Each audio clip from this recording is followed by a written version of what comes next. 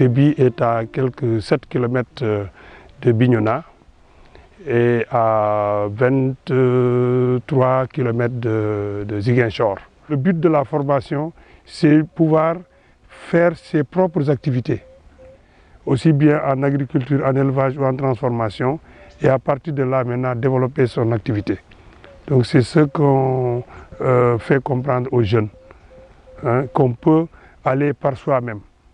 On organise une rencontre, une réunion pour au moins expliquer les biens fondés de la formation professionnelle qu'offre le CIFA. Et on leur explique encore les opportunités qu'ils peuvent avoir en subissant ces formations-là.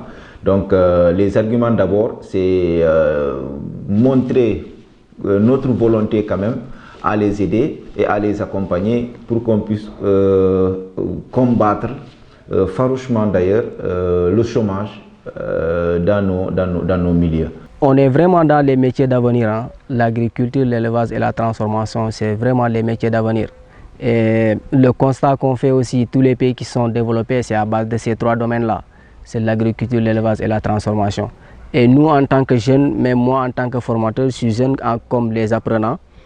Et pour le développement de notre pays, je pense que c'est dans ces trois domaines-là, vraiment, il faut mettre la même mise pour un peu relever le défi. C'est vrai que le milieu où nous sommes, les jeunes ont tendance à émigrer, à aller dans les autres régions, mais surtout à essayer de prendre des pirogues de fortune pour aller en Europe. Le fait qu'on les forme pour qu'ils puissent avoir une activité génératrice de revenus, hein, ça résout le problème de l'immigration clandestine.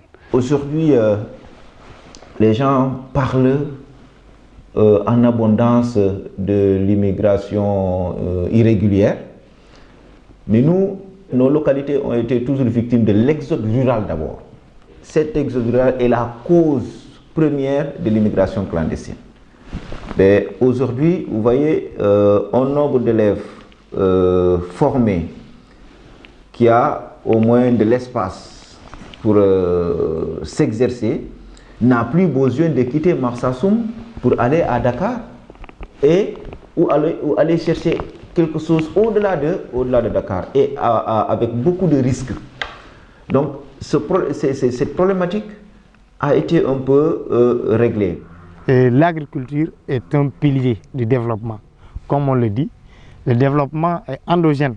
Ça commence au niveau de la localité, là où je suis, avant de s'extérioriser.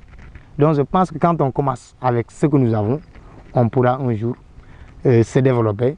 Et peut-être ces jeunes qui ont cette vision peut-être de sortir hors du Sénégal, hors de l'Afrique, pourront vraiment s'atteler dans l'agriculture. Aujourd'hui, ils n'ont pas besoin de venir à la mairie déposer leur CV pour être recrutés.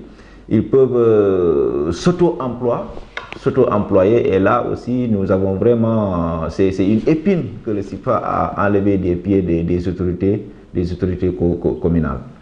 Bon, le conseil qu'on peut donner à ces apprenants-là, c'est être déterminé, avoir l'amour de ce que tu es venu faire. Parce qu'il ne suffit pas de se déplacer d'un village à l'autre pour venir faire une formation, mais il faut avoir une détermination, il faut avoir l'amour de ce que tu es en train de faire. Et il faut aussi d'aimer avoir une vision. Ma vision est de devenir un jour un entrepreneur dans ce pays, mais un entrepreneur agricole. Et qui il va rêver en tout cas beaucoup de conscience ou pour changer la mentalité des jeunes afin de s'atteler dans l'agriculture.